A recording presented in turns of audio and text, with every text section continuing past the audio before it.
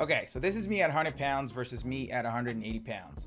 I know, the difference is crazy, you can see it. Adding size, otherwise known as bulking, has always been very difficult for me. Even amongst my cousin and my brother, who have, similar body types, similar metabolism, I've always been the smallest. I trained using different methods, but after I decided to follow a system that works with my body type, I eventually started to see results. In this video, I'm going to be talking about that system and how you can apply it. I bet on myself, give me a year and I promise that I'll have a story to tell about people who hate it and now they say hello from the other side like their name was Adele.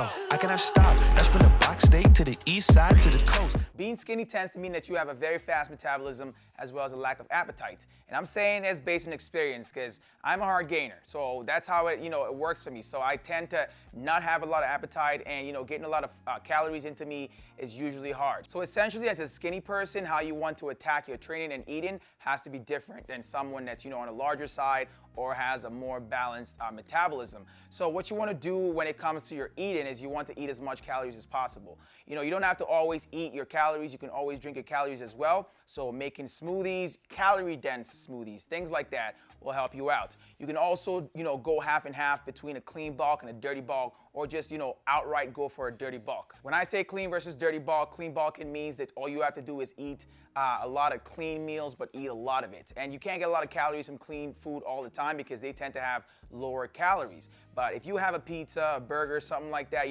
that has a lot more calories, then you can get more calories in. I'm not saying go ahead and go crazy and always eat dirty. You're not going to put on good muscle that way. You're going to put on a bunch of fat, which is not really that useful, but you still want to, eat a lot. So eat a lot of calories because your body is already struggling to keep calories in, so you have to make sure that you're eating as much as possible. That's the most important thing right there. Number two, you got to make sure that you're training hard. You got to utilize compound movements like squats, deadlifts, bench presses, movements that require you to push a lot of weight. That way you can really stimulate growth as you're eating, big. So that's one thing that I've always followed is I'll make sure that I eat big and I train big when I'm trying to bulk. So when I'm on a bulking phase, that's all you'll see me do. I'm not really, too concerned about the amount of calories in the meals that I'm eating. I'm just going for, the maximum that I can go for. I'm having smoothies in the morning. I'm having smoothies after my workouts, Something else you have to make sure that you implement with your training is progressive overload. That just means that you have to increase the amount of sets,